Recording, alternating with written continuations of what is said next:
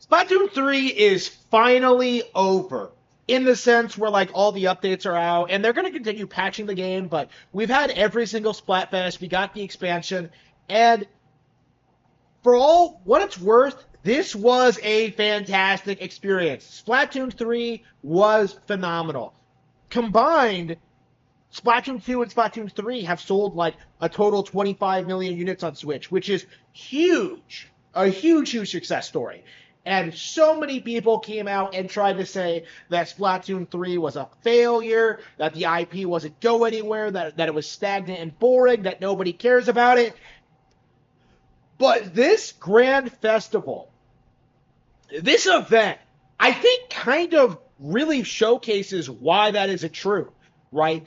In the year of 2024, Splatoon is still going strong while Overwatch is in the ground, right? Splatoon has established a world and a setting, in-universe rivalries. People were siding with, people were arguing over whether the Squid Sisters were better than Deep Cut. Everybody knows both are better than Off the Hook. But, we were seriously having this situation where, amazing seeing all three bands on stage just endlessly doing their performances. It was so, so cool. And it came out 2 years after launch, right? This is something that I said about Splatoon 3 when it first came out, but I do think this needs to be fair repeating. In the future, this also applies to Animal Crossing, by the way.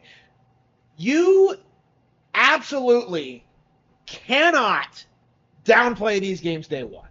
It is completely impossible because of the way the release schedule works, because of how long these games take to get through, because of their unique mechanics, because of their functionality. You cannot blast through them in a weekend and then try to give it like a 7 out of 10, like fucking Delrin from Angry Joe Show tried to do for Animal Crossing, right? If you do it, you're completely missing the point of what these games are supposed to be about, right? You completely miss the core aspect of the world building, the structure, right? The characterization that evolves over time, right? The introduction and the adjustment of new stages and weapons, right? And Splatfests, right? You will never have the opportunity of experiencing a Splatfest unless you play the game regularly. And I think it's safe to say that after the Grand Festival that yeah, there are a lot of Splatoon fans out there who were just blown away by what happened in the final Splatfest. It was just so much fun. It was so cool. And this was a free update. Again, I really don't think people appreciate just how big of a deal that this is. That Nintendo can put out these games every couple of years or so, every 5 years or so, and just have them just completely dominate their online player base for years, right?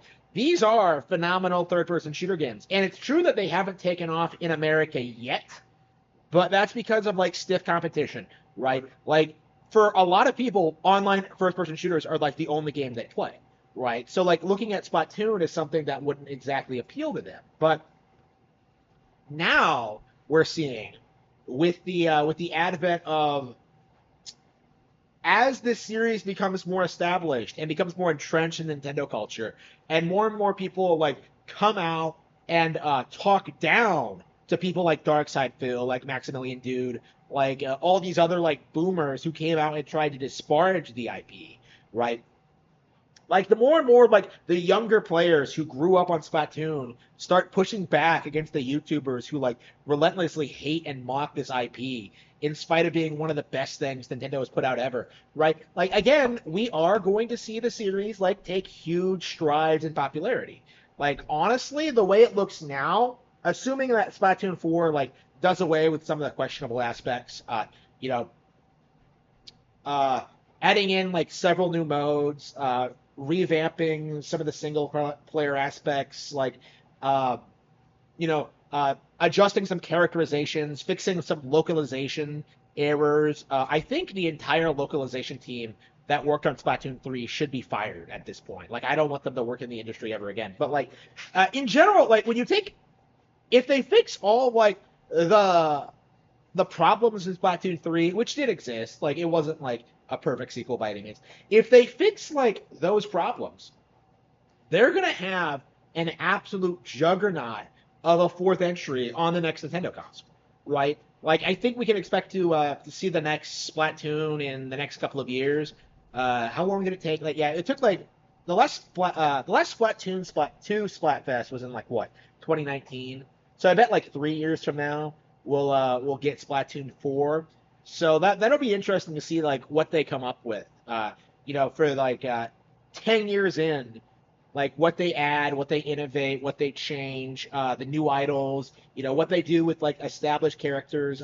People are already talking about like, it would be nice to see Deep Cut come back and have a more prominent role because I don't think Deep Cut really left much of an impression on fans.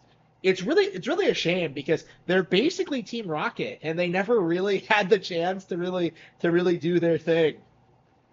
Uh, I do think going forward, like they really do need to be more conscious about utilizing all their characters more effectively. Like I do think Pearl and Marina should not have come back for Splatoon 3, right? I think the expansion should have been entirely about like Deep Cut, right? Like why exactly did we not get like an expansion about them? But maybe that'll come in like future installments. I do think that's like one of the big takeaways from this event is just how unpopular Deep Cut ended up being. Like even though Shiver is like personally my favorite idol, like Big Man doesn't do anything, and Fry is like the ugliest abomination to ever exist.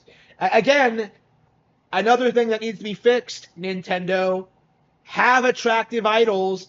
Like I'm done with like these ugly mongoloid like giant four-headed like monstrosities from the deep sea. Like give me actual waifu bait characters. Okay? Like actually make appealing characters. Like don't do this thing where like, "Oh, we're trying to be quirky." No.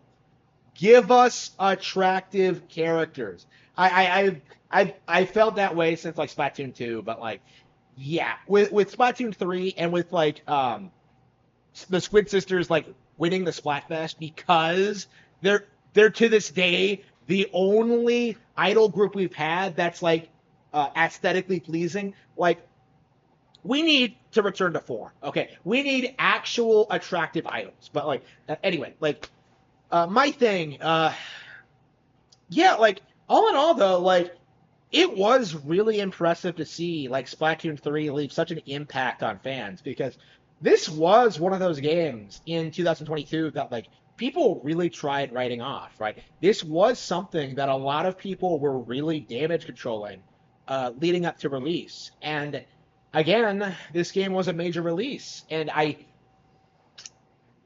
really don't see how people how YouTubers can keep downplaying the IP if this success keeps up, if this momentum keeps up, right? Like to me, it already feels like it's collapsing all around us, and I do expect that at some point we're going to see like a huge explosion of popularity in Splatoon.